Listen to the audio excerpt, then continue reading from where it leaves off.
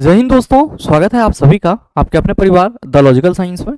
मैं हूं आलोक सिंह आतिश और आज के इस वीडियो सेशन में हम लोग डिस्कस करने वाले हैं youth science book chapter wise discussion में मोशन एंड टाइम के कंप्लीट एमसीक्यू की। जी हाँ दोस्तों, इससे पीछे के वीडियो सेशन में हम लोगों ने फिजिक्स में मेजरिंग डिवाइस को कंप्लीट करा था। बारी है अगले चैप्टर मोशन एंड टाइम को समझने की। और साथ ही मेरे मित्र, आपकी जानकारी के लिए बताना चाहूंगा कि आज के इस सेशन का जो भी क्वेश्चन है उसका सॉल्यूशन सहित पीडीएफ आपको कहां मिलेगा, ये हमारे टेलीग्राम ग्रुप से मिल जाएगा, जिसका लिंक इस वीडियो के नीचे डिस्क्रिप्शन में दिया हुआ है। आप वहां से जाकर के पीडीएफ को एक्सेस कर सकते हैं। बहरहाल आइए अपने सेशन की शुरुआत करते हैं और चलते हैं पहले क्वेश्चन की तरफ। मेरे मित्र, आपका जो पहला क्वेश्चन है आज के इस सेशन का, क्वेश्चन नंबर 1 आपके सामने है। आपसे पूछा जा रहा है कि डैश का उपयोग एक वस्तु की समग्र गति का वर्णन करने और किसी दिए गए समय पर इसकी प्रारंभिक स्थिति के संदर्भ में अंतिम स्थिति का पता लगाने के लिए किया जाता है। दूरी और चाल, दूसरा ऑप्शन है वेग और चाल, तीसरा ऑप्शन है दूरी और विस्थापन और चौथा ऑप्शन है आपका विस्थापन और वेग। मेरे मित्र, आपसे सवाल करा जा रहा है कि dash is used to describe the overall motion of an object and find its final position with respect to its initial position at a given time. मतलब किसी दिए गए समय में किसी वस्तु की समग्र गति और किसी भी वस्तु का प्रारंभिक स्थिति और अंतिम स्थिति का पता हम लोग कैसे लगाते हैं। तो पहला सवाल यहाँ पे ये है कि गुरुजी, अगर हम मोशन की बात करेंगे तो क्या कहेंगे। मेरे मित्र, पहले चीजों को समझिएगा, आंसर आप आसानी से टिक कर देंगे, हमें भी मालूम है, लेकिन कंसेप्ट अगर आप बिल्ड करते चले जाएंगे तो मेरे मित्र एग्जाम के समय में आपको रिवीजन का या फिर कंसेप्ट का रोना नहीं पड़ेगा। ध्यान दीजिएगा कि जब भी हम मोशन की बात करते हैं तो क्या कहते हैं, हम सभी कहते हैं कि सर अगर किसी वस्तु की स्थिति अन्य वस्तुओं के अपेक्षा समय के साथ बदल रही है तो वस्तु को गति में माना जाता है, और अगर नहीं बदल रही है तो विराम में माना जाता है। जैसे कोई चीज रुकी हुई है बहुत देर से तो विराम में है सर, और अगर कोई चीज चल रही है तो आप कहेंगे सर वो गति में है। तो मोशन और रेस्ट, ये दोनों चीज तो आप सभी आसानी से समझते हैं कि sir if the body change their position respect to the time is known as motion, और doesn't change their position respect to the time is known as rest. मेरे मित्र, आप सभी ध्यान में रखना, अगर हम आपको ये बोले कि ये आपका एक पॉइंट ए है और ये आपका पॉइंट बी है, और इस ए से बी तक जाने का जो रास्ता है वो ये है, और यहां पे आपको चलना है, यहां से आपको चलना है, तो आप क्या कहेंगे कि गुरुजी इस ए से बी तक जाने के लिए हम क्या करेंगे, तो हम अपने बॉडी को मोशन में लाएंगे, यानी कि गति में लाएंगे। अब सवाल यहां पे ये है कि जो आपकी गति है हम इसको कैसे डिस्क्राइब करेंगे। तो आप कहेंगे कि गुरुजी एक्चुअली में जब हम इस रास्ते को कवर कर रहे होंगे, जब इस रास्ते को हम कवर कर रहे होंगे तो इस रास्ते को कवर करने के दौरान हमें कुछ ना कुछ समय भी लग रहा होगा, जिस वजह से हमारी अपनी कुछ ना कुछ स्पीड होगी। और मेरे मित्र, आप सभी क्या कहते हो कि गुरुजी हम लोगों ने तो कई बार पढ़ा है कि स्पीड इक्वल टू फॉर्मूला क्या होता है। आप कहते हैं सर डी बटा टी, यानी कि डिस्टेंस बटा टाइम होता है। अब इस फॉर्मूला के सहारे आप सभी स्पीड को जरा सा डिफाइन करो तो क्या कहोगे, आप सभी कहोगे कि सर पर यूनिट टाइम में इस व्यक्ति के द्वारा, पर यूनिट टाइम में इस व्यक्ति के द्वारा जितनी दूरी कवर की जा रही होगी वही इसकी चाल होगी। मान लीजिए मेरे मित्र कि हम ए से बी तक जा रहे हैं, ऐसे ऐसे ए से बी तक जा रहे हैं, तो ए से बी तक जो जाएंगे तो हम तो गति में आएंगे, और हमारी गति ही क्या कहलाएगी, चाल कहलाएगी। और मेरे मित्र, हमारे चाल को परिभाषित करने के लिए आप क्या कहेंगे कि सर चूंकि we know that speed is the ratio between distance and time, that's why we can say that speed is the distance covered by an object in a per unit time. मतलब क्या हुआ कि जब हम ये कह रहे हैं कि सर जो चाल है वो दूरी और समय का अनुपात होता है, तो हम ये भी तो कह सकते हैं कि पर यूनिट टाइम में किसी वस्तु या व्यक्ति द्वारा जो तय की गई दूरी है वही चाल है। जैसे हम बोलें कि आपकी जो स्पीड है वो कितनी है, यहां पे हम मान लेते हैं 40 मीटर पर सेकेंड। कितनी है चला, 40 मीटर पर सेकेंड, और आपको ए से बी तक जाने में कितना सेकेंड लग जा रहा है, 5 सेकेंड लग जा रहा है। तो आप ये बताओ कि 40 मीटर पर सेकेंड क्या बता रहा है। आप कहेंगे सर, आप कहेंगे कि गुरुजी इस फॉर्मूला के अकॉर्डिंग हम स्पीड इक्वल टू 40 बटा 5 कहेंगे, तो ये 5 अट्ठा 40 हो जाएगा, ये हो जाएगा हमारा 8 मीटर पर सेकेंड। मतलब हमारी जो गति है, हमारी जो स्पीड है वो ये बता रही है कि हमारे द्वारा प्रति सेकंड कितना डिस्टेंस कवर किया जा रहा है, तो सॉरी हम ये 40 मीटर पर सेकंड कह दिए चला, ये 40 मीटर ए से बी तक की दूरी है 40 मीटर। आप इसको थोड़ा सा सुधार लेंगे, चाल नहीं कहेंगे, चाल तो हमको निकालना ही है। ये आपका ए से बी तक की दूरी है 40 मीटर, तो क्या होगा, स्पीड इक्वल टू डिस्टेंस बटा टाइम। तो आप क्या कहिएगा कि सर ये जो 8 मीटर पर सेकंड निकला है, ये हमें ये बता रहा है कि हमारे द्वारा पर यूनिट टाइम में कितनी दूरी कवर की जा रही है। तो आप कहेंगे सर 8 मीटर, कितनी दूरी कवर की जा रही है, 8 मीटर। तो मेरे मित्र जो पहला सवाल कहा जा रहा है कि डैश का उपयोग एक वस्तु की समग्र गति का वर्णन करने और किसी दिए गए समय पर इसकी प्रारंभिक स्थिति के संदर्भ में। तो समग्र गति का वर्णन करने के लिए तो हमें क्या चाहिए सर, आप कहेंगे सर चूंकि हम ये कह रहे हैं कि किसी वस्तु की जो चाल होगी वो प्रति एकांक समय में तय की गई दूरी है, तो किसी वस्तु के गति का वर्णन करने के लिए पहला चीज हमें क्या चाहिए, आप कहेंगे गुरुजी पहला चीज तो हमें डिस्टेंस चाहिए। क्या चाहिए, डिस्टेंस चाहिए। अच्छा डिस्टेंस क्या है, आप कहेंगे सर अदिश राशि। अब मेरे मित्र आप सभी ये ध्यान में रखो कि अगर हम लोग बात करते हैं कि सर कोई वस्तु या व्यक्ति जो है वो एक निश्चित डायरेक्शन में जा रहा है, मान लीजिए कि ये पॉइंट ए है और ये आपका पॉइंट बी है और ये इस डायरेक्शन में जा रहा है, इसकी जो दिशा है वो क्या है, तो सर निश्चित है। दिशा क्या है, निश्चित यानी कि फिक्स है। तो आप क्या कहेंगे कि गुरुजी जहां से ये चलना स्टार्ट करा है वो इसका इनिशियल पॉइंट होगा यानी कि प्रारंभिक बिंदु होगा, और जहां पे ये पहुंच रहा है वो इसका फाइनल पॉइंट होगा। तो मेरे मित्र किसी भी वस्तु की गति के बारे में अगर हम लोग उसके प्रारंभिक और अंतिम स्थिति की चर्चा करेंगे तो ये कहां से मिलेगा, आप कहेंगे सर विस्थापन यानी कि डिस्प्लेसमेंट से मिलेगा। क्यों, क्योंकि निश्चित दिशा में तय की गई दूरी किसको बताती है, तो सर निश्चित दिशा में जो तय की गई दूरी होती है वो विस्थापन को बताती है। तो जो सवाल करा जा रहा है आपका कि समग्र गति का वर्णन करने और किसी दिए गए समय पर इसकी प्रारंभिक स्थिति के संदर्भ में अंतिम स्थिति का पता लगाने के लिए किसका उपयोग किया जाता है, आप कहेंगे सर डिस्टेंस और डिस्प्लेसमेंट का। तो सही आंसर हमारा क्या होगा, ऑप्शन नंबर सी हो जाएगा। मेरे मित्र आप सभी यहां पे दो चीजें डिस्टेंस और डिस्प्लेसमेंट से संबंधित याद रखिएगा, बहुत ही जरूरी है।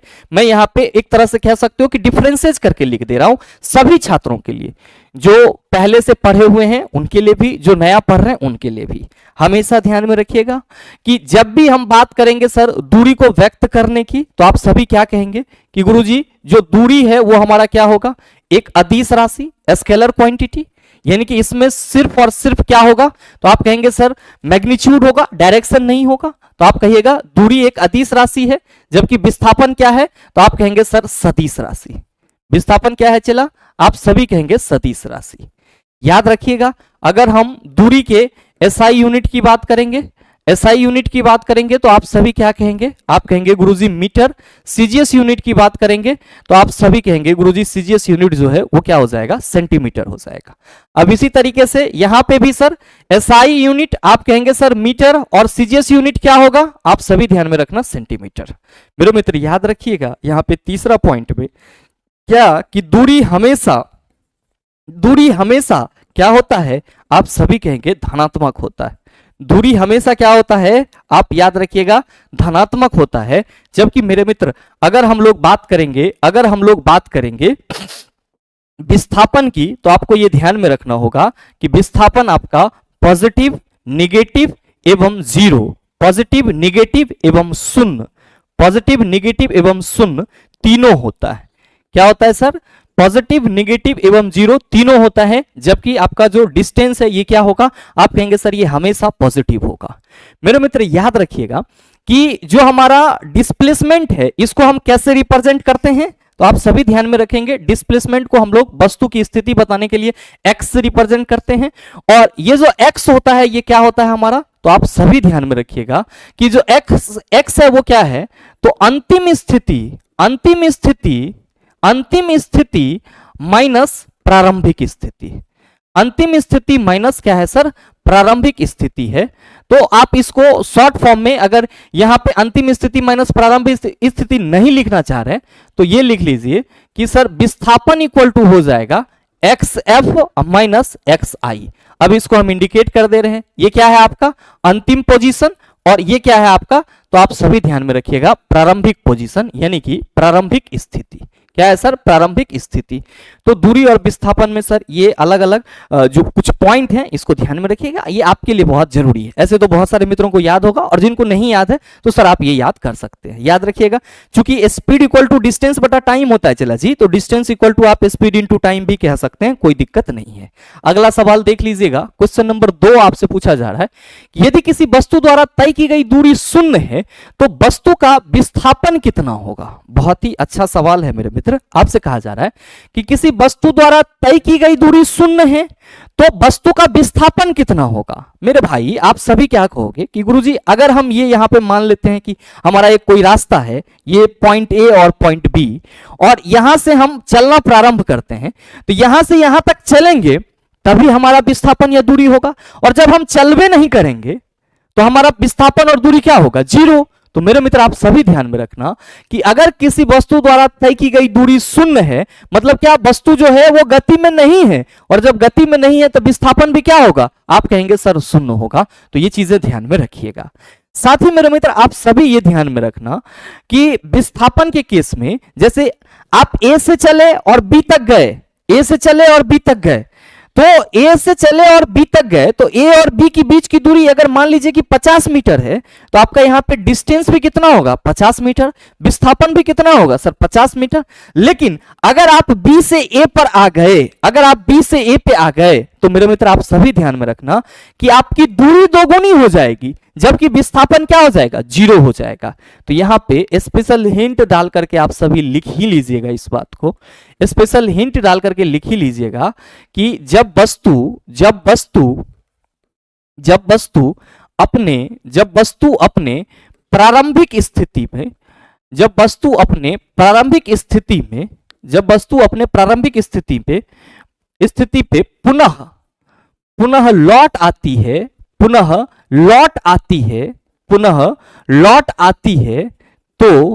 तो विस्थापन क्या होगा?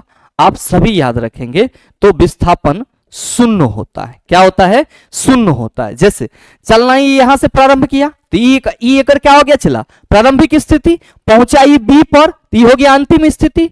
अब फिर बी से रिटर्न आ रहा है ए पे, तो सर पुनः अपने प्रारंभिक पोजीशन पे ही आ गया, तो हम क्या कहेंगे कि सर विस्थापन 0 होगी, लेकिन तय की गई दूरी क्या हो जाएगी? आप कहेंगे सर 2 गुना यानी कि 100 मीटर। मेरे मित्र इस तरह के सवाल आपको कहां पूछे जाएंगे? तो जैसे आपसे सवाल ये कर देता है कि रोशनी नाम की कोई तैराक है जो एक मतलब किसी स्विमिंग पूल में सीधे रास्ते में सर 56 मीटर की दूरी तय करती है और पुनः अपने प्रारंभिक बिंदु पे आ जाती है, तो रोशनी द्वारा तय की गई विस्थापन क्या होगी? मेरे मित्र कमेंट करके बताइए, आपके कमेंट का इंतजार रहेगा। बहरहाल अगला सवाल देख लीजिए, पूछा जा रहा है कि एक वस्तु को ऊपर की ओर फेंका जाता है, यह 100 मीटर की ऊंचाई तक जाती है और फिर फेंकने वाले के पास वापस आ जाती है, तो वस्तु का वास्तविक विस्थापन 50 मीटर है, वस्तु द्वारा तय की गई कुल दूरी 0 है, वस्तु का वास्तविक विस्थापन 100 मीटर है, वस्तु का वास्तविक विस्थापन 0 है। क्या कहोगे? गुरुजी अभी जस्ट आपने हमें कंसेप्ट दिया है कि अगर हम वस्तु को ऊपर फेंके, मान लीजिए इसको हम फेंके और ये कितना डिस्टेंस कवर किया चला? अकॉर्डिंग टू क्वेश्चन 100 मीटर की ऊंचाई पर पहुंच गई, और ये फिर क्या हो रहा है? तो सर फिर से ही लौट करके यहीं पे आ जा रहा है, मतलब पुनः प्रारंभिक स्थान पे आ गया, तो सर इसका जो विस्थापन होगा वो क्या हो जाएगा? आप कहेंगे 0। तो सही आंसर मेरे मित्र क्या होगा? ऑप्शन नंबर डी, कि वस्तु का वास्तविक विस्थापन क्या हो जाएगा? आप कहेंगे सर 0 हो जाएगा। लेकिन दूरी, तो आप कहेंगे सर ये ऊपर 100 मीटर ट्रेवल किया और फिर नीचे आया, तो हम कह सकते हैं दूरी अगर पूछता तो 200 मीटर हो जाता। ये चीजें ध्यान में रखिएगा। अगला देख लीजिए क्वेश्चन नंबर 4 कि किसी वस्तु का त्वरण इसकी डैश में प्रति इकाई समय में हुआ परिवर्तन है, वेग, बल, संवेग, विस्थापन। तो चला जी याद रखिएगा, whenever we discuss about acceleration, जब भी हम त्वरण की बात करेंगे किससे रिप्रेजेंट करते हैं? ए से रिप्रेजेंट करते हैं। क्या होता है? आप कहते हैं सर वेग में परिवर्तन की दर को त्वरण कहा जाता है। चला जी, जब वेग में परिवर्तन की दर को त्वरण कहा जाता है तो इसी को हम लोग डीवी बटा dt लिखते हैं। अब ये डीवी बटा dt थोड़ा स्टैंडर्ड हो जाता है। चला अब हमको समझ में नहीं आई सर कि वेग में परिवर्तन कैसे होगा, तो मेरे मित्र हम इसको ऐसे ही लिख देते हैं, वेग में परिवर्तन, ठीक है, वेग में परिवर्तन अब बटा समय। अब कोई दिक्कत है क्या? आप कहेंगे बिल्कुल नहीं। बहुत सारे मित्रों के मन में आ रहा होगा कि गुरुजी ये वेग में परिवर्तन कैसे होता है? मेरे मित्र मान लीजिए कि आप यहां से चलना स्टार्ट करते हैं और आपकी जो प्रारंभिक वेग है वो क्या है, मान लेते हैं 0, और कुछ ही देर के बाद, कितना देर के बाद सर, मान लेते हैं 4 सेकंड के बाद आपकी जो वेग हो गई वो कितनी हो गई? तो हम कह देते हैं सर आपकी वेग जो है वो 10 मीटर पर सेकेंड हो गई। तो मेरे मित्र आपके वेग में परिवर्तन कितना हुआ? आपके वेग में, एक मिनट चला, आपके वेग में परिवर्तन कितना हुआ? तो आप कहेंगे सर ये अंतिम वेग में से प्रारंभिक को घटाएंगे। आपके वेग में परिवर्तन, आप कहेंगे अंतिम वेग में से प्रारंभिक वेग को घटाएंगे। अंतिम वेग को भी से और प्रारंभिक वेग को यू से रिप्रेजेंट किया जाता है। अब बटा क्या कहिएगा सर? समय। तो ए इक्वल टू भी माइनस यू बटा टी। ए इक्वल टू क्या लिखेगा? भी माइनस यू बटा टी। तो जो सवाल करा जा रहा है कि किसी वस्तु का त्वरण इसके डैश में प्रति इकाई समय में हुआ परिवर्तन है, आप सभी कहेंगे सर इसके वेग में प्रति इकाई समय में हुआ क्या है सर? परिवर्तन है। याद रखिएगा कि जो आपका एक्सेलरेशन है इसका एसआई यूनिट क्या होगा? ए का एसआई यूनिट क्या होगा? आप सभी कहेंगे कि गुरुजी इसका जो एसआई यूनिट है वो मीटर पर सेकेंड स्क्वायर हो जाएगा। साथ ही ये क्या है, आप सभी ध्यान में रखिएगा कि ये आपका सदिश राशि है। क्या है? सदिश राशि, यानी कि वेक्टर क्वांटिटी है। और अगर हम इसके बीमीय सूत्र की बात करेंगे, डायमेंशनल फॉर्मूला की बात करेंगे चिला जी, तो आप सभी क्या कहेंगे कि गुरुजी चूंकि dv बटा dt और इसका यूनिट मीटर पर सेकेंड स्क्वायर है तो ये हो जाएगा l बटा टी स्क्वायर, जिसको हम लोग L T to the power minus 2 लिख सकते हैं। तो इसका बीमीय सूत्र क्या हो जाएगा? L T to the power minus 2। Standard form में लिखेंगे तो हम कहेंगे m naught L to the power 1 और T to the power minus 2। ये चीज भी आप कह सकते हैं, कोई दिक्कत नहीं है। साथ ही मेरे मित्र आप सभी ये ध्यान में रखेंगे, क्या ध्यान में रखेंगे कि अगर हम लोग किसी भी वस्तु के त्वरण की बात करते हैं तो ये सीधे सीधे किस पे डिपेंड करेगा? आप कहिएगा सर जो त्वरण है चूंकि इसका फॉर्मूला dv बटा dt होता है तो ये वेग पे डिपेंड करेगा। तो आप सभी ये ध्यान में रखना कि अगर वस्तु का वेग बढ़ रहा है तो त्वरण धनात्मक होगा, वेग घट रहा है तो त्वरण क्या होगा हमारा? आप कहेंगे ऋणात्मक होगा, और वेग एक समान है तो त्वरण क्या होगा हमारा? शून्य होगा। इस तीनों पॉइंट को आप यहां पे मेंशन कर लेंगे चिला जी, नहीं तो भूल जाइएगा। इस तीनों पॉइंट को यहां पे मेंशन कर लीजिएगा। पहला पॉइंट ये कि वेग बढ़ रहा है, वेग बढ़ रहा है तो आप सभी ध्यान में रखेंगे कि त्वरण ये क्या होगा हमारा? पॉजिटिव। ठीक है। दूसरा, वेग घट रहा है, वेग घट रहा है तो आप सभी ध्यान में रखना कि जो हमारा त्वरण होगा वो क्या होगा? नेगेटिव। और तीसरा याद रखिएगा कि आपका वेग नियत है, मतलब ना बढ़ रहा है ना घट रहा है, वेग क्या है हमारा? कांस्टेंट। तो हम सभी क्या कहेंगे कि गुरुजी जब वेग नियत है तो ए हमारा क्या हो जाएगा? 0 हो जाएगा, यानी कि त्वरण हमारा 0 हो जाएगा। बहुत सारे छात्रों के मन में आएगा गुरुजी संवेग, चला जी इसी को P से रिप्रेजेंट करते हैं, formula P equal to M भी होता है। बल आप सभी ध्यान में रखेंगे F equal to M A, और विस्थापन की बात करते हैं तो आप सभी कहेंगे कि गुरुजी अभी जस्ट आपने बताया XF माइनस XI। अगला सवाल देखिए, क्वेश्चन नंबर 5 आपसे पूछा जा रहा है कि औसत चाल और औसत वेग वस्तु की गति को दर्शाता है समय के एक विशेष अवस्था में, लंबी दूरी में, कम दूरी में, दिए गए समय अंतराल के दौरान। सवाल करा जा रहा है कि average speed and average velocity indicated the speed of an object at a particular stage of time, in long distance, in short distance, during the given interval। मेरे मित्र याद रखिएगा कि जब भी हम एवरेज स्पीड की बात करते हैं, जब भी हम लोग किसकी बात करते हैं सर? एवरेज स्पीड यानी कि औसत चाल की बात करते हैं, तो आप सभी क्या कहते हो? आप सभी कहते हो कि औसत चाल इक्वल टू गुरुजी कुल दूरी बटा समय होता है। कुल दूरी बटा क्या होता है? कुल समय होता है। तो मेरे मित्र ये याद रखिए आप कि औसत चाल की जब बात करते हैं तो कुल दूरी बटा कुल समय कहते हैं।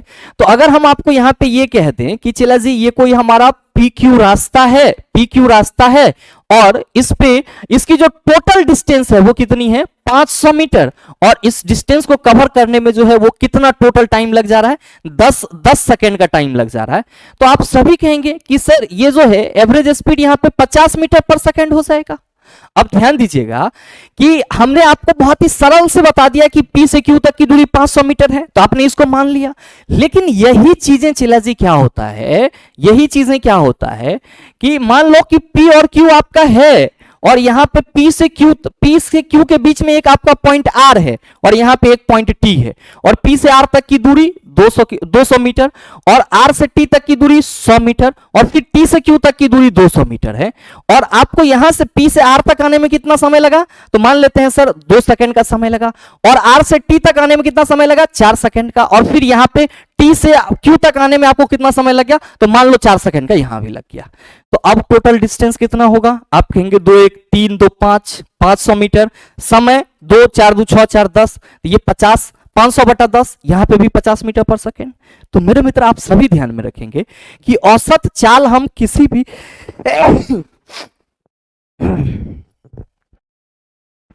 औसत चाल हम लोग किसी भी वस्तु का तब निकालते हैं जब वस्तु के द्वारा विभिन्न समय अंतराल में क्या की जाती है सर, तो अलग अलग चाल से दूरी को कवर किया जाता है।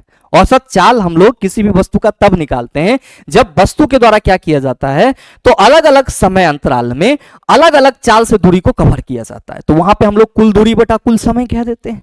अब यहां पे जो हम कुल दूरी बटा कुल समय कह रहे हैं, तो 500 बटा 10 ये हमारा क्या हो गया, आप कहेंगे गुरुजी 50 मीटर पर सेकेंड। अब ये जो 50 मीटर पर सेकेंड है ये क्या बता रहा है, तो सर एक निश्चित अंतराल में अगर P से Q तक कोई व्यक्ति जा रहा है इस स्पीड से या इस तरह से अगर करके जा रहा है, तो उसका सर प्रति एकांक समय में जो डिस्टेंस कवर करने की जो क्षमता होगी वो कितनी है सर, 50 मीटर। तो एवरेज स्पीड जो है वो ये बताता है कि सर दिए गए समय अंतराल में वस्तु द्वारा कितनी दूरी कवर की गई है। ये 50 मीटर पर सेकंड इसके पूरे यात्रा की औसत चाल नहीं है सर, ये चीज हमेशा ध्यान में रखेंगे कि औसत चाल जो आपका है वो पूरे यात्रा के दौरान वो चाल होगी, ये नहीं है। वो क्या बता रहा है कि प्रति एकांक समय में इसकी जो चाल रही होगी वो ये है, या एक दिए गए समय अंतराल में जो इसकी चाल रही होगी वो ये है। और इसी तरीके से हम औसत वेग की भी बात करते हैं। औसत वेग की भी बात करते तो क्या कहते हैं कि गुरुजी कुल विस्थापन बटा समय है, कुल विस्थापन बटा समय। तो ये क्या है सर, आप कहेंगे सर ये भी एक निश्चित समय अंतराल में तय की गई कुल विस्थापन है। तो जो हमसे सवाल पूछा जा रहा है कि औसत चाल और औसत वेग वस्तु की गति को दर्शाता है समय की एक विशेष अवस्था में, आप कहेंगे नहीं, लंबी दूरी में नहीं, कम दूरी में नहीं, दिए गए समय अंतराल के दौरान क्या करता है सर, वस्तु की गति को दर्शाता है कि हाँ सर पर सेकेंड जो है वो इस स्पीड से चल रहा है और पर सेकेंड जो है वो इस स्पीड से चल रहा है। मेरे मित्र याद रखिएगा, औसत वेग की बात करते हैं तो भी से रिप्रेजेंट करते हैं और फॉर्मूला हम लोग कुल विस्थापन बटा समय कहते हैं। औसत चाल भी हम लोग लगभग भी ही रिप्रेजेंट करते हैं। आप सभी ध्यान में रखना कि जब आपके क्वेश्चन में टोटल डिस्प्लेसमेंट और टोटल टाइम की बात की जाए तो जो हमारा औसत वेग होगा वो तो इस तरीके से होगा। लेकिन अगर आपके क्वेश्चन में क्या मेंशन रहे सर, प्रारंभिक वेग और अंतिम वेग, तो आप सबों को ये ध्यान में रख लेना है कि भी इक्वल टू क्या होगा, u प्लस v बटा 2। तो औसत वेग का एक फॉर्मूला आप ये भी ध्यान में रखिएगा, आपके लिए सर जरूरी है। औसत वेग का एक फॉर्मूला सर ये भी ध्यान में रखिएगा, आपके लिए जरूरी है सर क्या, u प्लस v बटा 2, यानी कि प्रारंभिक वेग प्लस अंतिम वेग बटा 2। अगला क्वेश्चन देख लेते हैं मेरे मित्र। अगला क्वेश्चन है क्वेश्चन नंबर 6 कि एक भीड़ भाड़ वाली सड़क पर एक बस की गति डैश गति का एक उदाहरण है, असमान, एक समान, वृत्तीय, रेखीय। क्या होगा मेरे मित्र, आप सभी कहेंगे कि गुरुजी अगर भीड़ भाड़ में हम लोग चलेंगे तो कभी हमारी स्पीड बढ़ी हुई होगी और कभी हमारी स्पीड कम होगी, कभी बहुत ज्यादा हो जाएगी, कभी बहुत स्लो होगी। तो भीड़ भाड़ में अगर कोई बस चल रही है तो जाहिर सी बात है कि वो किस गति का उदाहरण होगा, असमान गति का उदाहरण होगा। मेरे मित्र याद रखिएगा कि अगर हम लोग मोशन की बात करते हैं तो दो प्रकार के होते हैं मोशन। कौन कौन सा, एक होता है आपका यूनिफॉर्म मोशन और दूसरा होता है आपका नॉन यूनिफॉर्म मोशन। एक होता है आपका यूनिफॉर्म मोशन और दूसरा होता है आपका नॉन यूनिफॉर्म मोशन। मेरे मित्र याद रखिएगा कि यूनिफॉर्म मोशन को हम लोग क्या कहते हैं, एक समान चाल, एक समान गति, या फिर इसी नॉन यूनिफॉर्म को हम लोग क्या कहते हैं सर, असमान गति या फिर असमान चाल। मेरे मित्र याद रखिए कि अगर कोई वस्तु दिए गए समय अंतराल में एक मतलब आप कह सकते हो बराबर दूरी तय करती है, जैसे मान लीजिए कि आपका पहला सेकंड में कोई वस्तु जो है वो 4 मीटर पर सेकंड की चाल से चल रहा है, अब दूसरे सेकंड में भी इसकी चाल कितनी हो गई सर, 8 मीटर पर सेकंड हो गई। तो हम लोग क्या कहेंगे कि गुरुजी इसकी जो चाल है वो प्रत्येक समय इंटरवल हमारा 1 सेकंड और प्रत्येक जगह पे क्या है सर 4। तो मेरे मित्र इसी तरीके से अगर हम आपको ये कहें कि 1 सेकंड में कोई वस्तु 4 मीटर की दूरी कवर कर रही है और अगले सेकंड यानी कि दूसरे सेकंड में वो 8 मीटर की डिस्टेंस कवर कर रही है, तीसरे सेकंड में सर वो 12 मीटर की डिस्टेंस कवर कर रही है, तो हर जगह पे आपको अंतर कितना का है 4 मीटर, फिर यहां पे भी 4 मीटर, समय कितना है सर 1 सेकंड, यहां पे भी सर समय का अंतर 1 सेकंड।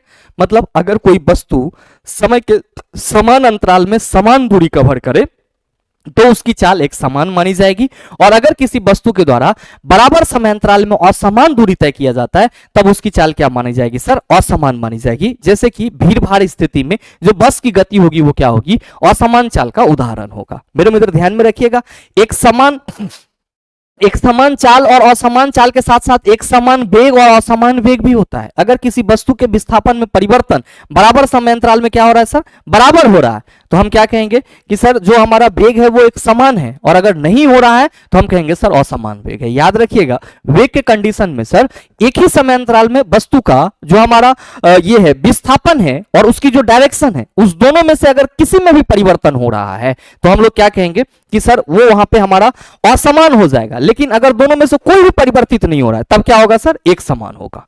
अच्छा वृत्तीय, तो मेरे मित्र याद रखिएगा अगर कोई ऑब्जेक्ट किसी वृत्ताकार मार्ग पर चलती है तब उसकी जो गति होती है वो क्या कहलाती है, वृत्तीय गति कहलाती है। और चला जी आप सभी ये ध्यान में रखिएगा, अगर मान लीजिए ये कोई वृत्ताकार मार्ग है और इस पे हम आपको चलने के लिए बोल दें तो आपके द्वारा तय की गई दूरी किसके बराबर होगी, तो आप सभी ध्यान में रखिएगा कि जो सर वृत्त की परिधि होगी उसके बराबर होगी।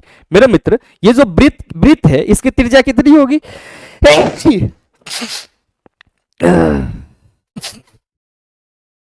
इसकी त्रिज्या कितनी होगी, आप सभी कहेंगे गुरुजी r, तो इसका जो परिधि होगा वो क्या होगा, आप कहेंगे गुरुजी 2 पाई r।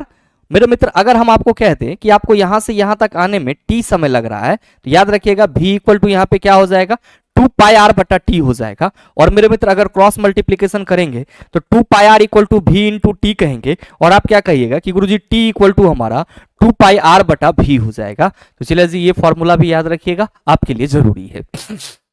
रैखिक, तो मेरे मित्र अगर कोई वस्तु सीधी रेखा में चल रही है तब उसके गति को हम लोग क्या कहते हैं, रैखिक गति कहते हैं। ये चीज ध्यान में रखिएगा। अगला सवाल देख लीजिएगा क्वेश्चन नंबर 7 कि तात्कालिक वेग और औसत वेग तब बराबर होते हैं जब वस्तु में एक समान त्वरण हो, एक वृत्त में चल रहा हो, में परिवर्तित त्वरण हो, में शून्य त्वरण हो। मेरे मित्र यहां पे ये कहा जा रहा है कि तात्कालिक वेग यानी कि इंस्टेनियस वेलोसिटी और औसत वेग ये दोनों कब बराबर होगा। तो मेरे मित्र याद रखिएगा आप सभी कि अगर कोई वस्तु एक समान वेग से चल रही है, एक समान वेग से चल रही है, तो हम लोग क्या कहेंगे कि सर उसकी जो वेग है वो प्रत्येक मतलब हम कह सकते हैं कि निरंतर बदल रही है। पहला सेकंड में सर 4 मीटर पर सेकंड, दूसरा में 8 मीटर पर सेकंड। लेकिन अगर हम लोग बात करते हैं किसकी सर, तात्कालिक वेग की, तो तात्कालिक वेग वो होता है जो किसी भी क्षण उस वस्तु के वेग के बारे में बता रहा होता है। और मेरे मित्र आप सभी ध्यान में रखिएगा कि जब हम लोग तात्कालिक वेग और औसत वेग के बराबर होने की बात करते हैं तो उस स्थिति में वस्तु का त्वरण क्या होता है, आप सभी याद रखना 0 होता है। तो जो सवाल करा जा रहा है कि तात्कालिक वेग और औसत वेग तब बराबर होते हैं जब वस्तु में एक समान त्वरण हो, आप कहेंगे नहीं। एक वृत्त में चल रहा हो तो सर वो तो हमारा वृत्ताकार गति हो जाएगा। में परिवर्तित त्वरण हो, नहीं। एक में शून्य त्वरण हो तो सर उस स्थिति में उसकी जो तात्कालिक वेग और औसत वेग होगी वो क्या होगी, बराबर होगी। याद रखिए अगर कोई वस्तु किसी वृत्ताकार मार्ग में चल रहा है और वो एक समान चाल से चल रहा है तो मेरे मित्र आप सभी ध्यान में रखेंगे कि एक समान वृत्तीय गति जो है वो कौन सी गति का उदाहरण होगा, आप सभी ध्यान में रखिएगा। एक समान वृत्तीय गति किसका उदाहरण होती है, त्वरित गति का उदाहरण होती है। त्वरित गति का क्या है, आप सभी ध्यान में रखेंगे, उदाहरण है।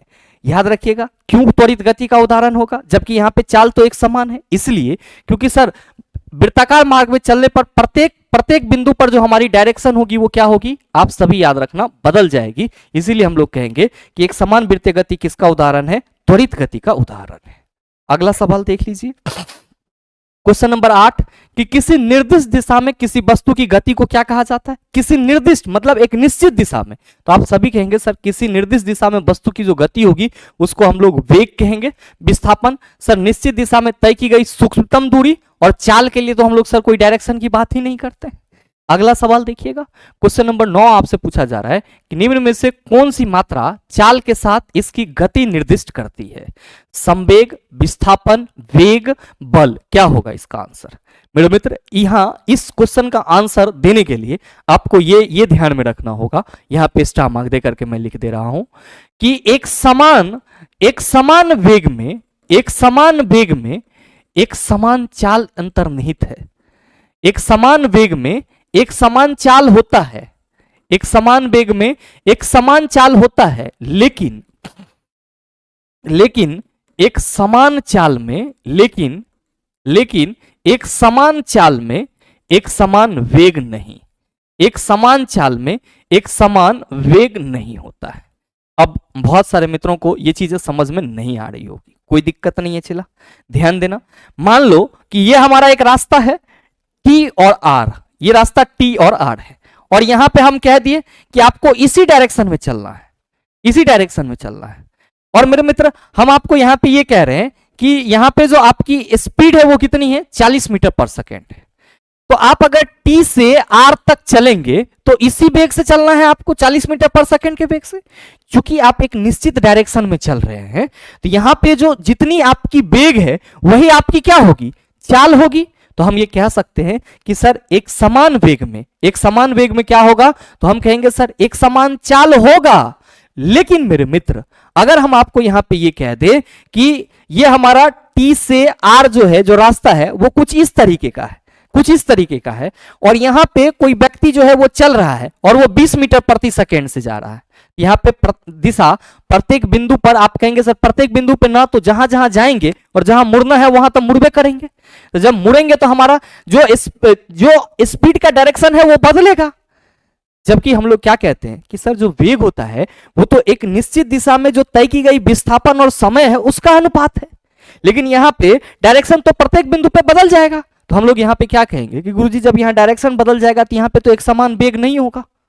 तो हम लोग क्या कहेंगे कि सर एक समान वेग में एक समान चाल होता है, लेकिन एक समान चाल में एक समान वेग नहीं होता है। तो कौन सी मात्रा चाल के साथ इसकी गति निर्दिष्ट करती है? बोले तो वेग। आप कहेंगे sir option number C is the right answer of this question. ध्यान में रखिएगा, संवेग अभी जस्ट हमने बताया है, विस्थापन आप सभी परिचित है, बल से भी आप सभी परिचित है। अगला देख लीजिए क्वेश्चन नंबर 10 कि किस कोण से फेंके जाने पर कोई वस्तु सर्वाधिक दूरी तक प्रक्षेपित होती है? When thrown at what angle does an object project the greater distance? याद रखिएगा, जब किसी वस्तु को हम ऐसे फेंकें कि वो पृथ्वी के साथ एक कोण बनाते हुए गिरे। जैसे मेरे मित्र यहां से आपने किसी चीज को इस तरीके से फेंका कि ये सर ऐसे गिरा इस तरीके से, तो आप सभी ये ध्यान में रखना कि ये हमारा क्या हो जाएगा? आप सभी याद रखेंगे कि ये हमारा प्रक्षेप गति यानी कि प्रोजेक्टाइल मोशन हो जाएगा। अब यहां से आपने फेंका और ये यहां गिरा, तो यहां से लेकर के यहां तक की जो दूरी होगी इसको हम लोग क्या बोलेंगे? रेंज यानी कि प्रास। और चला जी ये जो इसकी ऊंचाई है ये क्या होगा? सर आप कहेंगे ये इसकी मैक्सिमम हाइट यानी कि महत्तम ऊंचाई में गिनती आएगी।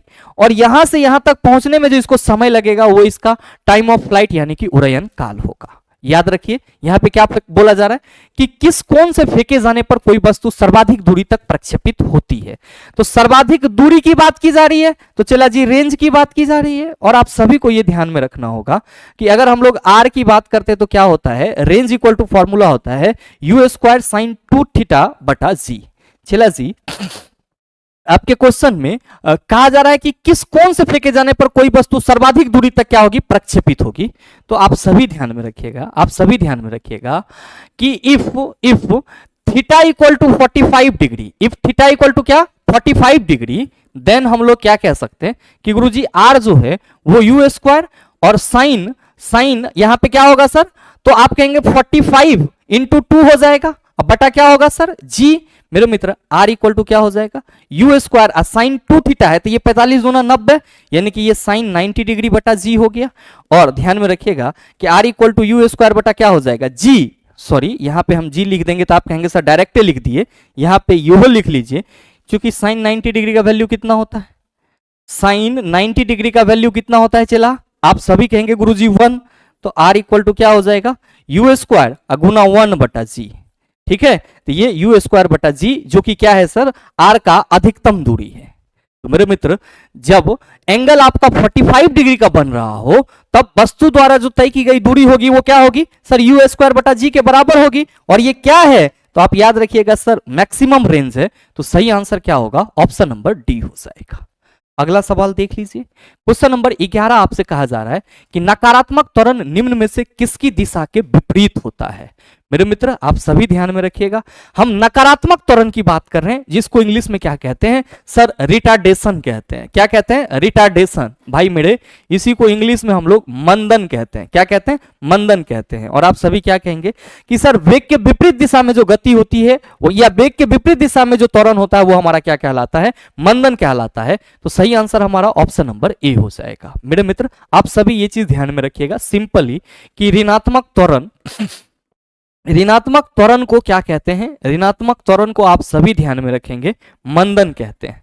ऋणात्मक त्वरण को क्या कहते हैं हम लोग, आप सभी ध्यान में रखिएगा मंदन। कैसे रिप्रेजेंट करेंगे इसको, माइनस ए से एसआई यूनिट की बात करेंगे इसकी, तो हम सभी क्या कहेंगे आप सभी याद रखिएगा माइनस मीटर पर सेकेंड स्क्वायर। ये माइनस साइन क्या बता रहा है कि सर जो त्वरण है वो ऋणात्मक है, यानी कि जो वेग है वो क्या हो रही है सर घट रही है। तो आपको ये चीज हमेशा ध्यान में रखना होगा कि निगेटिव एक्सेलरेशन क्या कहलाता है, आप कहेंगे सर त्वरण, सॉरी निगेटिव एक्सेलरेशन जो है वो हमारा मंदन कहलाता है। और नकारात्मक यानी कि मंदन के केस में जो गति होती है वो क्या होती है वेग के विपरीत दिशा में होती है। क्या होती है सर वेग के विपरीत दिशा में। अगला है क्वेश्चन नंबर 12 कि एक समान तल वाली सीधी सड़क पर नियत त्वरण पर दौड़ने वाली कार के संबंध में इनमें से कौन सा कथन सत्य है। कार का त्वरण शून्य है, कार का वेग शून्य है, कार का त्वरण निरंतर बदल रहा है, कार का वेग निरंतर बदल रहा है। मेरा मित्र यहां पे कहा जा रहा है कि एक समान तल वाली सीधी सड़क पर नियत त्वरण यानी कि एक समान कांस्टेंट एक्सेलरेशन से चला जा रहा है। तो चला जी ये मान लीजिए कि ये आपका कोई एक सड़क है और इस पे कोई आपका सीधी सड़क पर जो दौड़ने वाली कार है वो कैसे चल रही है सर, तो दौड़ने वाली कार जो है वो एक नियत त्वरण से चल रही है, कांस्टेंट एक्सेलरेशन से चल रही है। तो मेरा मित्र कांस्टेंट एक्सेलरेशन का मतलब ये हुआ कि सर वस्तु के वेग में परिवर्तन भी क्या हो रहा होगा, लगातार हो रहा होगा। और जब तक वस्तु के वेग में समान समय अंतराल में समान परिवर्तन नहीं होगा तब तक हम नियत त्वरण की बात नहीं करेंगे। जैसे मेरे मित्र अगर हम आपको कहें कि पहले सेकंड में जो वस्तु का वेग था वो 4 मीटर पर सेकंड था और दूसरे सेकंड में वस्तु की वेग जो है वो 8 मीटर पर सेकंड हो गई, तीसरे सेकंड में वस्तु की जो वेग है वो 12 मीटर पर सेकंड हो गई। तो प्रत्येक सेकंड इसका अगर आप त्वरण की बात करेंगे तो आप कहेंगे सर ये u हो जाएगा v हो जाएगा, फिर अगले कंडीशन में ये u ये v होगा तो आप कहिएगा सर 8 माइनस 4/1, फिर यहां पे 12 माइनस 8 बटा क्या हो जाएगा 1 हो जाएगा। तो हम क्या कहेंगे आप सभी कहेंगे कि गुरुजी अगर हमारा प्रत्येक सेकंड में वेग क्या हो रहा है निरंतर बदल रहा है तब वस्तु को हम लोग क्या कहते हैं कि सर एक समान त्वरण से दौड़ रही है।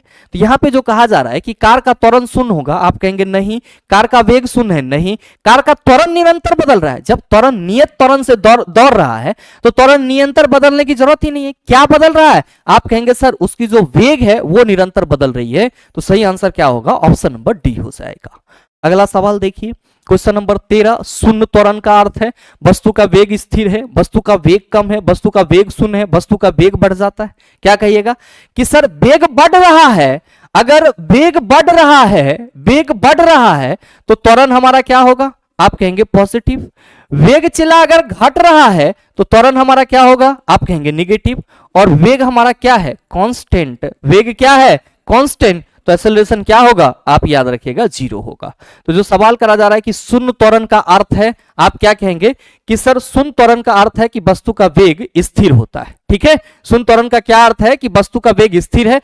अगर वस्तु का वेग कम है तो त्वरण ऋणात्मक होगा और अगर वस्तु का वेग शून्य है तो हम कहेंगे सर जब वेग ही शून्य है तो वहां पे शून्य होगा। उस केस में भी हम लोग कहेंगे कि वेग परिवर्तन हो ही नहीं रहा तो त्वरण शून्य हो जाएगा। वस्तु का वेग बढ़ जाता है तो आप कहेंगे वेग बढ़ेगा तो हम लोग कहते हैं सर त्वरण धनात्मक होगी, जबकि शून्य त्वरण का मतलब क्या होता है वस्तु का वेग क्या है स्थिर यानी कि कांस्टेंट है। अगला क्वेश्चन नंबर 14 त्वरण की बीमा, आप सभी कहेंगे कि गुरुजी आपने अभी जस्ट बताया है m0 l⁻1 और t⁻⁻1, या इसी को हम लोग ml आपका 1 नहीं होगा चला, मीटर पर सेकेंड स्क्वायर होता है तो t⁻⁻2 होगा। क्या देख रहे हो कि सर l⁻1 m0 और t⁻⁻2 ये तो सही है चला, बाद बाकी ये गलत है और फिर l टू द पावर 1 और m टू द पावर ना, ये भी गलत चला। सही आंसर ऑप्शन नंबर ए हो जाएगा।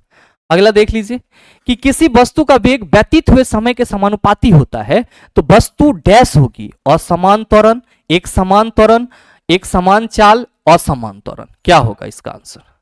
मेरे मित्र ध्यान दीजिए, अभी जस्ट इस टाइप का आपने क्वेश्चन करा है कि किसी वस्तु का वेग व्यतीत हुए समय के समानुपाती होती है। आपको मैंने गति का समीकरण पढ़ाया है और आप सभी को मालूम है कि गति के समीकरण 3 होते हैं। पहले समीकरण की चर्चा करते हैं तो आप कहते हैं sir v equal to U plus A T. दूसरा समीकरण अगर हम लोग बात करते हैं तो आप कहते हैं sir s equal to U T plus half A T square होता है। और तीसरे समीकरण की बात करते हैं तो v square equal to U square plus 2as होता है। मेरे मित्र ये सभी इक्वेशन किसके लिए है? तो सर एक समान त्वरण से चल रही वस्तु के लिए। किसके लिए है चला? एक समान त्वरण से चल रही वस्तु के लिए। तो मेरे मित्र मान लीजिए कि कोई वस्तु है जो कि एक समान त्वरण से आगे बढ़ रही है और उसका हम प्रारंभिक वेग 0 कह देते हैं, तो फर्स्ट इक्वेशन से आप क्या कहेंगे कि गुरुजी v equal to U plus A T होगा। मेरे मित्र प्रारंभिक वेग 0 है तो v equal to A T. आप क्या कहिएगा कि सर जो वस्तु का वेग है वो किसके समानुपाती होगा? आप कहेंगे सर t के समानुपाती। वस्तु का वेग किसके समानुपाती? t के समानुपाती। और हम इस स्थिति में क्या कहेंगे कि सर ये जो हमारा एक्सेलरेशन है वो क्या है? आप कहेंगे एक समान। तो वही कहा जा रहा है कि किसी वस्तु का वेग व्यतीत हुए समय के समानुपाती होता है। v is directly proportional to the t। व्यतीत हुए समय के क्या होता है सर? समानुपाती होता है। तो वस्तु क्या होगा? आप कहेंगे सर जब वस्तु एक समान त्वरण से चल रहा होगा तब उसका जो वेग होगा वो व्यतीत समय के समानुपाती। तो सही आंसर कौन लेके जाएगा? आप कहेंगे सर ऑप्शन नंबर बी लेके जाएगा। अगला सवाल देख लीजिए चला जी। क्वेश्चन नंबर 16 कह रहा है कि त्वरण ऋणात्मक होने पर किसी पिंड का वेग। चला जी इस क्वेश्चन का आंसर आप सभी बताइए। मैंने कई बार कंसेप्ट को रिपीट किया है। सही आंसर क्या होगा नीचे कमेंट करके जरूर बताइएगा। अगला देख लीजिए क्वेश्चन नंबर 17 कि मुक्त रूप से गिर रही किसी वस्तु की गति उदाहरण है आयताकार गति, असमान त्वरित गति, समान त्वरित गति, वृत्तीय गति। आप सभी कहेंगे गुरुजी मुक्त रूप से अगर किसी भी वस्तु को हम नीचे गिराएंगे तो वो क्या होगा? समान त्वरित गति का उदाहरण होगा। समान त्वरित गति का उदाहरण होगा। अच्छा, मुक्त रूप का कहने का मतलब क्या है? तो आप सभी ये ध्यान में रखेंगे कि जब भी हम लोग फ्री फॉल ऑब्जेक्ट की बात करते हैं तो फ्री फॉल ऑब्जेक्ट में वस्तु का ऊपर से नीचे गिरना और साथ ही साथ नीचे से ऊपर फेंकना दोनों शामिल होता है। और याद रखिएगा कि जब वस्तु को ऊपर जाने के क्रम में या फिर वस्तु को नीचे आने के क्रम में उस पर गुरुत्वाकर्षण बल के अलावा और कोई बल कार्य न कर रहा हो तब वस्तु को हम लोग क्या कहते हैं? सर मुक्त रूप से गिरना यानी कि फ्री फॉल ऑब्जेक्ट के रूप में देखते हैं। और जब भी कोई वस्तु ऊपर से नीचे गिरेगी तो सर एक समान त्वरण से गिरेगी और वो कितना है? 9.8 मीटर पर सेकेंड स्क्वायर। अगला सवाल देख लीजिएगा चला जी। क्वेश्चन नंबर 18 की वेग समय ग्राफ पर रेखा का ढलान कहलाता है। ध्यान में रखिएगा कि अगर हम लोग वेग समय ग्राफ के लिए क्या करेंगे सर? ग्राफ खींचेंगे तो ये हमारा क्या होगा? ओरिजिन बिंदु, और यहां पे सर समय होगा और ये हमारा सर एक्स एक्सिस होगा और ये हमारा वाई एक्सिस होगा। वेग को हम लोग किस पे रिप्रेजेंट करेंगे? आप कहेंगे सर इस पे, और जो समय है वो हमारा इस पे होगा। मेरे मित्र अगर हम लोग बात करते हैं वेग समय ग्राफ की तो आप सभी ध्यान में रखिएगा कि वेग समय ग्राफ का जो ढाल होता है, ये जो स्लोप है, ये जो स्लोप है यही क्या देता है? आप ध्यान में रखेंगे सर ये त्वरण देता है। और मेरे मित्र इसके नीचे का जो क्षेत्रफल होगा वो क्या देगा? आप सभी याद रखिएगा विस्थापन। तो मैं यहां पे पॉइंट आउट करना चाहूंगा कि वेग समय ग्राफ का ढाल यानी कि वेग समय ग्राफ का स्लोप क्या देता है? आप सभी याद रखना त्वरण। वेग समय ग्राफ का स्लोप क्या देगा? त्वरण। और साथ ही याद रखिए चला वेग समय ग्राफ के नीचे का क्षेत्रफल, वेग समय ग्राफ के नीचे का क्षेत्रफल क्या देगा? आप सभी कहेंगे गुरुजी विस्थापन देगा। क्या देगा? विस्थापन देगा। तो जो सवाल पूछा जा रहा है कि वेग समय ग्राफ पर रेखा का ढलान कहलाता है, आप सभी कहेंगे सर त्वरण कहलाता है। क्या कहलाता है? त्वरण कहलाता है। अगला क्वेश्चन देखिए चला। क्वेश्चन नंबर 19 की गति के दूसरे समीकरण द्वारा किसके बीच संबंध को दर्शाया गया है? वेग और समय, स्थान और समय, स्थान और वेग, वेग और त्वरण। तो याद रखिएगा पहला समीकरण क्या है? v इक्वल टू आप कहेंगे sir u plus A T, इधर v और इधर t। तो ये जो समीकरण है ये आपको वेग और समय के बीच संबंध बताएगा। और दूसरा समीकरण s इक्वल टू क्या होगा? ut plus half A T square. तो ये आपका S स्थिति, इसको हम लोग पढ़ते हैं, और ये T आपका समय हो गया। तो दूसरा समीकरण स्थिति और समय के बीच संबंध बताएगा। और तीसरा चला जी v square equal to u square plus 2as, तो ये v आपका वेग और ये s आपका क्या हो गया, स्थिति। क्या कहोगे कि सर तीसरा समीकरण वेग और स्थिति के बीच संबंध बताएगा। तो वेग और समय के बीच संबंध कौन बता रहा है, v equal to U plus A T. अच्छा, स्थान और समय या स्थिति और समय, तो आप कहेंगे sir s equal to U T plus half A T square. और आपका स्थिति और समय या स्थान और समय दोनों एक ही हो गया। और वेग और स्थिति या स्थान और वेग, तो आप कहेंगे sir v square equal to U square plus 2as। क्या पूछा जा रहा है कि गति के दूसरे समीकरण द्वारा किसके बीच संबंध को दर्शाया जाता है। दूसरा समीकरण s equal to U T plus half A T square है, तो स्थान और समय के बीच संबंध बताया जाता है। जबकि वेग और त्वरण, तो मेरे मित्र आप सभी ध्यान में रखेंगे, वेग और त्वरण के द्वारा यहाँ पे कोई भी इक्वेशन जो है वो संबंध नहीं बताता है, या वेग और त्वरण में कोई भी आपका ऐसा समीकरण नहीं है जो रिलेशन बता रहा होता है। जो रिलेशन पूछे जाएंगे तो वो 3 ही हैं, और इसी 3 से सवाल देखने को मिलेंगे। अगला और लास्ट सवाल मेरे मित्र बहुत ही सरल सा है कि सरल रेखीय गति में वस्तुएं चलती है। ध्यान में रखेंगे, अगर कोई वस्तु सीधी रेखा पर चल रही है तब उसकी गति को हम लोग सरल रेखीय गति कहेंगे। और अगर कोई वस्तु सर परवलय पे चल रही है तो उसको हम लोग क्या कहेंगे, परवलयकार पथ। और मेरे मित्र याद रखिएगा, यहाँ पे जो परवलयकार पथ दिया हुआ है, तो जब कोई वस्तु प्रक्षेप गति में होती है तो प्रक्षेप गति का जो पथ होता है वो कैसा होता है, तो आप सभी ध्यान में रखिएगा, परवलयकार यानी कि पैराबोलिक होता है। और वृत्ताकार पथ पर किस में चलेगा, तो सर वृत्ताकार गति में चलेगा। किसमें, वृत्ताकार गति में चलेगा। और साथ ही मेरे मित्र अगर हम लोग सीधी रेखा में बात करेंगे तो कहेंगे सर रैखिक गति। तो सही आंसर हमारा ऑप्शन नंबर ए हो जाएगा। तो कुल मिला के मोशन एंड टाइम का आपका ये 20 महत्वपूर्ण क्वेश्चन अच्छे से डिस्कस हो गया है। मेरे ख्याल से आप यूथ पब्लिकेशन के बुक के इस चैप्टर को उल्टाएंगे तो जो भी क्वेश्चन है उन सभी को आप आसानी से कर पाएंगे। और साथ ही मेरे मित्र आप सबों को एक छोटा सा जानकारी भी देना था, आगामी रेलवे भर्ती परीक्षा के लिए अगर आप सभी चाहते हैं कि सर द लॉजिकल साइंस के साथ जुड़ करके अपने साइंस को मजबूत करें, तो मेरे मित्र आप सभी का स्वागत रहेगा railway general science foundation live batch में, जो कि आपका आज से स्टार्ट हो चुका है। मंडे टू फ्राइडे क्लासेज चलेगी और इसमें पर डे आपको 1.5 घंटे की क्लासेज मिलेगी, जो कि आपका शाम 4:15 से लेकर के 5:30 तक का क्लास होगा। साथ ही मेरे मित्र आप चाहते हैं कि सर हम रिकॉर्डेड करें और उसमें भी सर फिजिक्स, केमिस्ट्री, बायोलॉजी और बेसिक साइंस एंड ईडी पूरा, तो मेरे मित्र आप जुड़ सकते हैं हमारे साथ ALP and technician combo batch में, जिसमें आपको फिजिक्स, केमिस्ट्री, बायोलॉजी और बेसिक साइंस एंड ईडी तीनों करवाया जाएगा। और साथ ही साथ आप चाह रहे हैं कि सर हम सिर्फ और सिर्फ बेसिक साइंस एंड ईडी पढ़ना चाह रहे हैं, बीएसईडी, तो मेरे मित्र ये बैच भी आपके लिए रिकॉर्डेड अवेलेबल है। आप चाहें तो इस बैच में भी इनरोल हो सकते हैं। ध्यान में रखिएगा, अगर आपको बैच से संबंधित किसी भी तरह की अन्य जानकारी चाहिए तो आप 90 65 97 0 477 पे कॉल या व्हाट्सएप कर करके बैच से संबंधित जानकारी प्राप्त कर सकते हैं। और ये सभी बैच आपको कहां मिलेगा, द लॉजिकल साइंस एप्लीकेशन पे मिल जाएगा। और मेरे मित्र उम्मीद करते हैं कि आपको ये सेशन अच्छा लगा होगा। अगर आपको अच्छा लगा तो वीडियो को लाइक कीजिएगा, ज्यादा से ज्यादा शेयर कीजिएगा, और हाँ अगर आप चैनल पे नए हैं तो सब्सक्राइब करके बेल आइकन दबा लीजिएगा, ताकि इस तरह के एग्जाम रिलेवेंट वीडियो का नोटिफिकेशन सबसे पहले आपके पास पहुंचे और आप उसको सबसे पहले देख पाओ। मिलते हैं फिर अगले वीडियो सेशन में, तब तक के लिए best of luck, thank you, have a nice day.